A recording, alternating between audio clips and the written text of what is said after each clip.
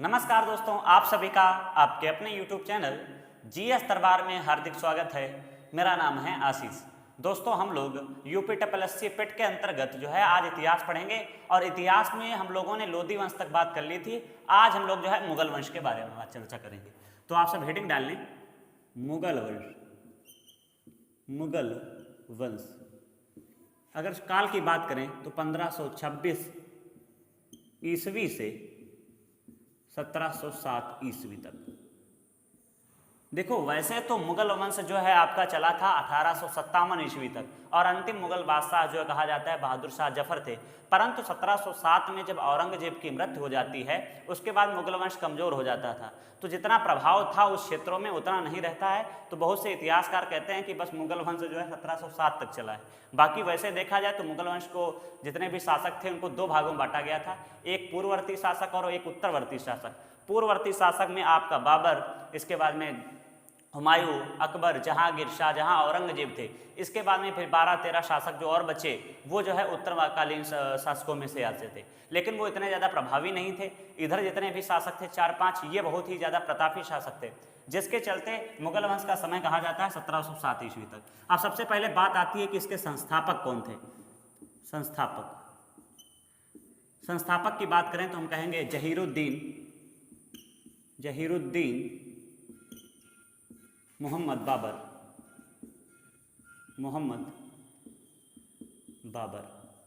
जहीरुद्दीन मोहम्मद बाबर जो है मुगल वंश का संस्थापक था। बाकी इसके शासनकाल यहाँ पे लिखे रहे हैं 1526 ईस्वी से 1530 ईस्वी तक। 1530 ईस्वी तक। अब बात आती है इनके पिता का नाम क्या था, या पहले जन्म लिख लेते हैं, जन्म कहाँ हुआ था। इनका जन्म 1483 ईस्वी में फरगना तुर्की में हुआ। अगर इनके पिता की बात करें, पिता का नाम था उमर शेख मिर्जा। इनके पिता का नाम था उमर शेख मिर्जा और इनकी माता का नाम था कुतुब निगार बेग। इनके माता और पिता का नाम पूछ लिया जाता है तो याद रखना, क्योंकि मुगल वंश से इसलिए ज़्यादा क्वेश्चन बनते हैं मध्यकालीन भारत से, क्योंकि मुगल वंश समझो कह सकते हो लगभग में कहाँ से शुरू हुआ है तो 1526 में और 1857 तक लगभग में हम कह सकते हैं 300 साल से ऊपर रहा है। तो इनका प्रभाव बहुत ज़्यादा रहा है भारत में, इसलिए इससे जो है ज़्यादा प्रश्न बनते हैं। संस्थापक जहीरुद्दीन मोहम्मद बाबर, और सिर्फ बाबर कहा जाता है इसे, और जन्म हुआ था 1583 ईसा पूर्व फरगना तुर्की में। पिता का नाम उमर शेख मिर्जा, माता का नाम कुतुब निगार बेग। अब देखो क्या था, लगभग में 11 वर्ष की अवस्था में, 11 वर्ष की उम्र आयु में फरगना का शासक बना।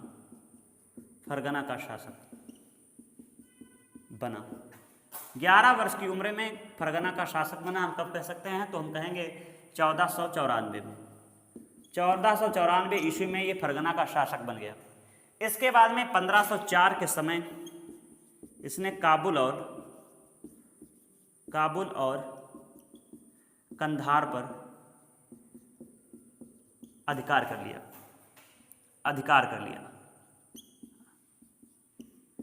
इसने काबुल और कंधार पर 1504 ईस्वी में कब्जा कर लिया, जिसके चलते इसने एक उपाधि धारण की। जब यहाँ पे कब्जा किया उसके बाद में इसने एक उपाधि धारण की जिसका नाम हम कह सकते हैं बादशाह।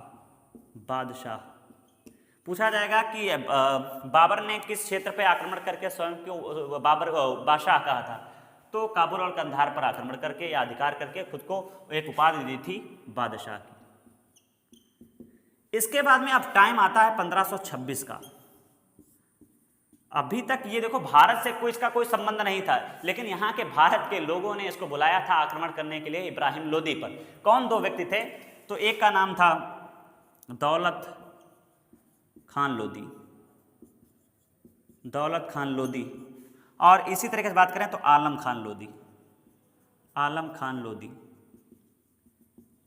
इन दो व्यक्तियों ने बाबर को एक पत्र लिखा और कहा कि आप जो है इब्राहिम लोदी पर आक्रमण करें। आके इब्राहिम लोदी पर आक्रमण करने को आमंत्रित किया।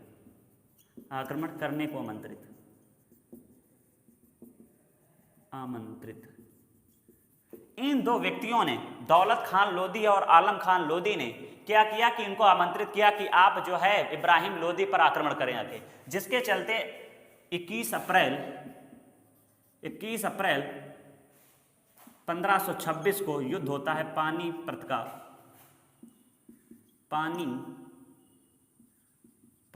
का प्रथम युद्ध। किसके इसके मध्य में हुआ? तो बाबर और इब्राहिम लोदी के मध्य। इसमें इब्राहिम लोदी बहुत ही बुरे तरीके से पराजित होता है और बाबर इब्राहिम लोदी की हत्या कर देता है और स्वयं जो है मुगल वंश की स्थापना करता है। अब ये जो है भैया कहाँ से आ गया? तुर्की से आ गया है भारत। और भारत में आएगा तो इसने क्या किया, जब मुगल इस पे कब्जा कर लिया, कहाँ पे कब्जा कर लिया कह सकते हो, ये दिल्ली वाली गलती पे, तो इसने अपनी राजधानी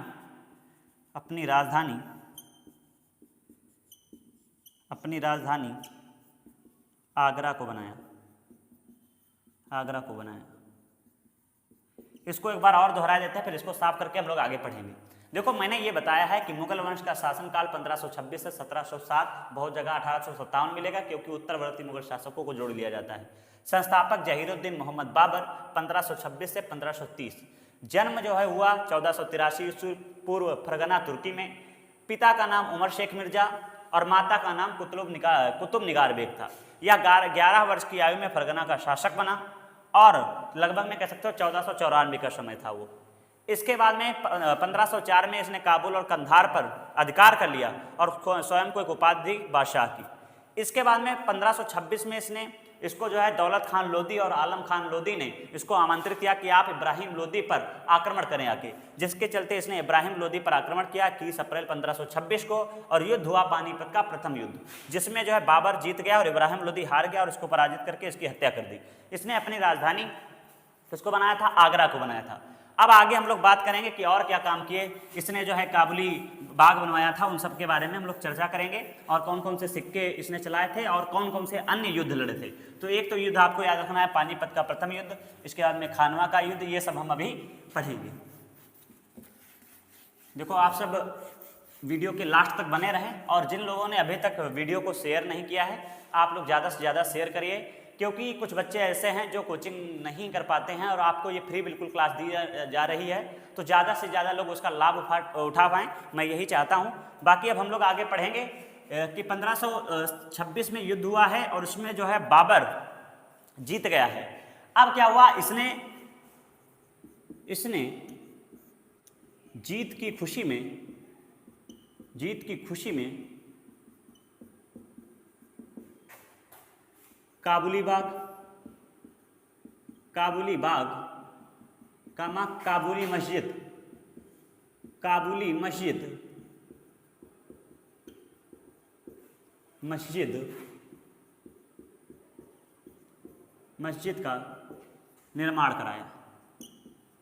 निर्माण कराया। कहाँ कराया था? तो पानीपत में।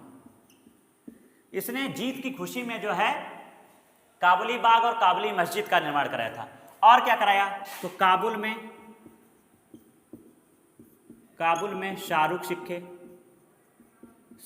सिक्के तथा कंधार में काबुली सिक्के चलवाए। अब देखो सबसे पहले इसका मुख्य स्थान जो था वो था कि वो काबुल और कंधार पे सबसे पहले 1504 में कब्जा किया था। तो वहां पे इसने जीत की खुशी में काबुल और कंधार में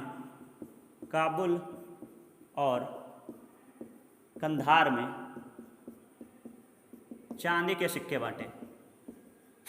सिक्के बांटे, या उपहार स्वरूप लोगों को दिए, जिससे कि वहां के लोग बहुत खुश हैं और इन्हें एक और उपाधि दी। उपाधि कौन सी मिली? कलंदर का मतलब होता है दानी।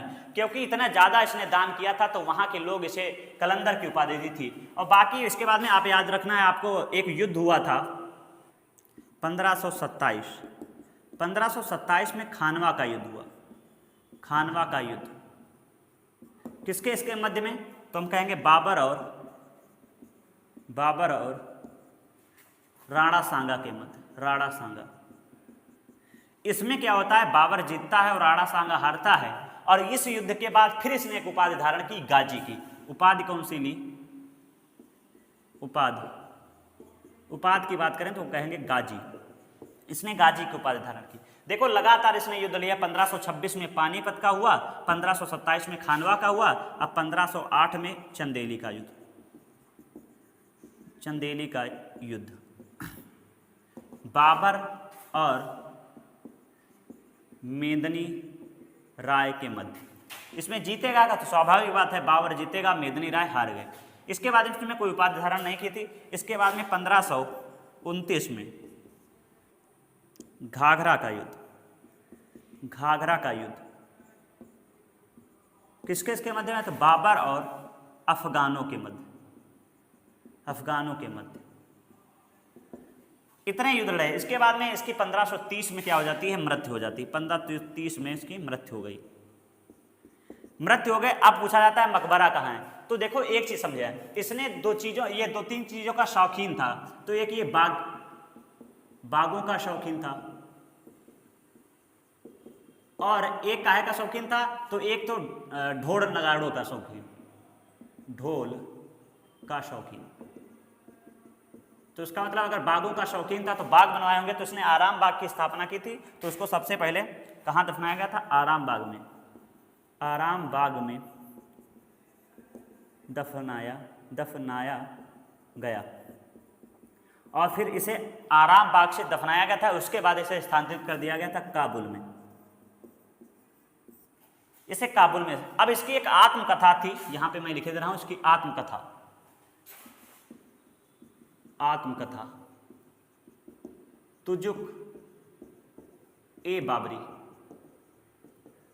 कई बार पेपर में क्वेश्चन पूछा गया है कि तुजुक ए बाबरी किस भाषा में थी, तो ये तुर्की भाषा में थी, तुर्की भाषा में। लेकिन जब 1556 की तरफ जो है अकबर गद्दी पे बैठते हैं, तो उसने क्या किया था, इस तुजुक ए बाबरी को जो है फारसी भाषा में अनुवाद करवाया था। तो मैं यहाँ पे लिखा, इसका अनुवाद काहे में कराया गया, फारसी भाषा में, फारसी में। किसने कराया, अकबर ने। और किसने किया, तो अब्दुल रहीम खान ए खाना, अब्दुल रहीम खान ए खाना ने इसका अनुवाद जो है फारसी भाषा में किया था। इसके बाद में एक पॉइंट और आपको याद रखना है कि 1527 से 1528, 1527 से 1528 के मध्य में मीर बाकी ने क्या किया था, अयोध्या में किसका, बाबरी मस्जिद का निर्माण कराया, बाबरी मस्जिद। और कहा जाता है कि इसके मीर बाकी और बाबर के मध्य में नाजायज संबंध थे, और बाकी जो ये हमेशा कहता था कि मैं तुम्हारा बाबर तो मेरी बाबरी। तो इसी के चलते वहाँ पे मस्जिद बनाई गई थी, बाबरी मस्जिद, 1527 से 1528।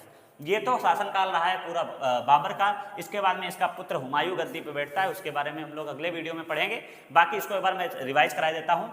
मैंने ये बताया कि इसने जीत की खुशी में काबुली मस्जिद का निर्माण कराया पानीपत में।